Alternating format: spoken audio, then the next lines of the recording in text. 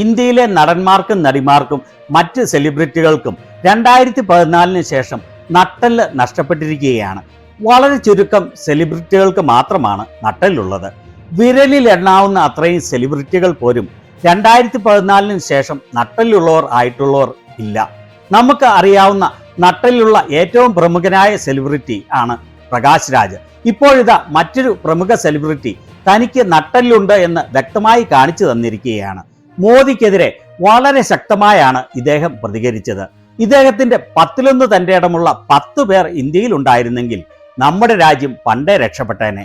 പ്രമുഖനായ ഒരു കന്നഡ നടനാണ് മോദിയുടെ തനിനിറം തുറന്നു കാണിച്ചുകൊണ്ട് ശക്തമായി രംഗത്ത് വന്നിരിക്കുന്നത്. ഇത് ആരെന്നും അദ്ദേഹം പറഞ്ഞ കാര്യങ്ങൾ എന്താണെന്നും നമുക്ക് വ്യക്തമായി കാണാം. പിന്നെ പതിവ് പോലെ സബ്സ്ക്രൈബ് ചെയ്ത് ചാനലിനെ പിന്തുണയ്ക്കാൻ മറക്കരുത് എന്ന് അഭ്യർത്ഥിക്കുകയാണ്. മോദിയുടെ കീഴിൽ ഇന്ത്യയുടെ സർവനാശമാണ് ഉണ്ടായിരിക്കുന്നത്. സാമ്പത്തിക രംഗം തകർന്നു തരിപ്പണമായി. ആളുകൾക്ക് തൊഴിലില്ല.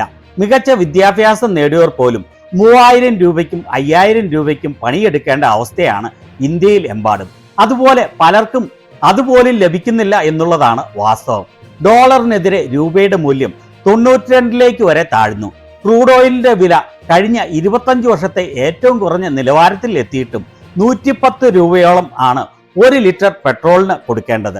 ലോകത്തെ പ്രമുഖനായ സാമ്പത്തിക വിദഗ്ധൻ ഡോക്ടർ മൻമോഹൻ സിംഗ് ഭരിച്ചിരുന്നപ്പോൾ രൂപയുടെ വില അല്പം ഇടിഞ്ഞതിനെക്കുറിച്ച്, ക്രൂഡ് ഓയിലിന്റെ വില $150 എത്തിയപ്പോൾ പെട്രോൾ വില അല്പം ഉയർത്തിയതിനെക്കുറിച്ചും ഇന്ത്യയിലെ എല്ലാ സെലിബ്രിറ്റികളും പലതരത്തിലുള്ള പ്രതികരണങ്ങളും നടത്തി. എന്നാൽ ഇപ്പോൾ ആരും ഒന്നും മിണ്ടുന്നില്ല. അങ്ങനെയുള്ള സാഹചര്യത്തിലാണ് കന്നഡയിലെ പ്രമുഖ ക്യാരക്ടർ നടനായ കിഷോർ ശക്തമായി മോദിക്കെതിരെ പ്രതികരിച്ചിരിക്കുന്നത്. കന്നഡയിൽ മാത്രമല്ല, തമിഴ്, തെലുങ്ക്, മലയാളം, ഹിന്ദി ചിത്രങ്ങളിലും അദ്ദേഹം അഭിനയിച്ചിട്ടുണ്ട്.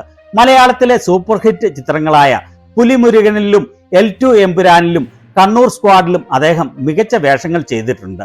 ഒരു ഇന്റർവ്യൂവിൽ അദ്ദേഹത്തിനോട് ഒരു ചോദ്യം ചോദിച്ചു, താങ്കൾക്ക് ഒരു ടൈം ട്രാവൽ മെഷീൻ ലഭിക്കുകയാണെങ്കിൽ എന്തു ചെയ്യും എന്ന്. അതിന് അദ്ദേഹം പറഞ്ഞ മറുപടി, എനിക്ക് 2014 തിരിച്ചു പോകാൻ കഴിഞ്ഞാൽ ഞാൻ നമ്മുടെ പ്രധാനമന്ത്രിയെ മാറ്റും. ഈ ആളുകൾ വളരെ അപകടകാരികളാണ്. അദ്ദേഹം ചങ്കൂറ്റത്തോടെ തുറന്നു പറഞ്ഞിരിക്കുകയാണ്, ഒരു അവസരം കിട്ടിയാൽ മോദി 2014 പ്രധാനമന്ത്രിയായത് താൻ മാറ്റുമെന്നും മോദിയും കൂട്ടരും, അതായത് സംഘികളും RSSും അവരുടെ അനുബന്ധ സംഘടനകളും BJPയും വളരെ അപകടകാരികളാണ് എന്ന്. അദ്ദേഹം ഇങ്ങനെ പറഞ്ഞത് മലയാള മനോരമ ന്യൂസായി കൊടുത്തതാണ്. ഇത് തെറ്റാണ്, നുണയാണ് എന്ന് കമന്റ് ഇടാൻ വെമ്പുന്ന മന്ദഭക്തർക്ക് വേണ്ടിയാണ് അദ്ദേഹം ഇങ്ങനെ പറഞ്ഞതിന്റെ വ്യക്തമായ തെളിവ് കാണിക്കുന്നത്. അതുപോലെ സൺ ന്യൂസും അത് വാർത്തയായി കൊടുത്തിട്ടുണ്ട്. അതിന്റെ സ്ക്രീൻഷോട്ടാണ് ഇത്. ഇന്ത്യയിലെ ജനങ്ങളിൽ ചുരുങ്ങിയത് 60% പേരും ഇത് ആഗ്രഹിക്കുന്ന കാര്യമാണ്. ഒരു അവസരം കിട്ടിയാൽ ഇന്ത്യയിലെ 60% പേരും 2014 ഇന്ത്യക്കുണ്ടായ ആ വലിയ ദുരന്തം ഇല്ലാതാക്കാൻ ആഗ്രഹിക്കും എന്നുള്ളത് വ്യക്തമാണ്. ആ ദുരന്തം 2019 2024 ആവർത്തിച്ച് മഹാദുരന്തമായി മാറിയിരിക്കുകയാണ്. ഈ കൊടിയ ദുരന്തത്തിൽ നിന്ന് രക്ഷപ്പെടുവാൻ എല്ലാവരും ആത്മാർത്ഥമായി പ്രവർത്തിക്കേണ്ടത് രാജ്യത്തിന്റെ നിലനിൽപ്പിനും ഭാവിക്കും വളരെ അത്യാവശ്യമായിരിക്കുന്ന സന്ദർഭമാണ് ഇത്.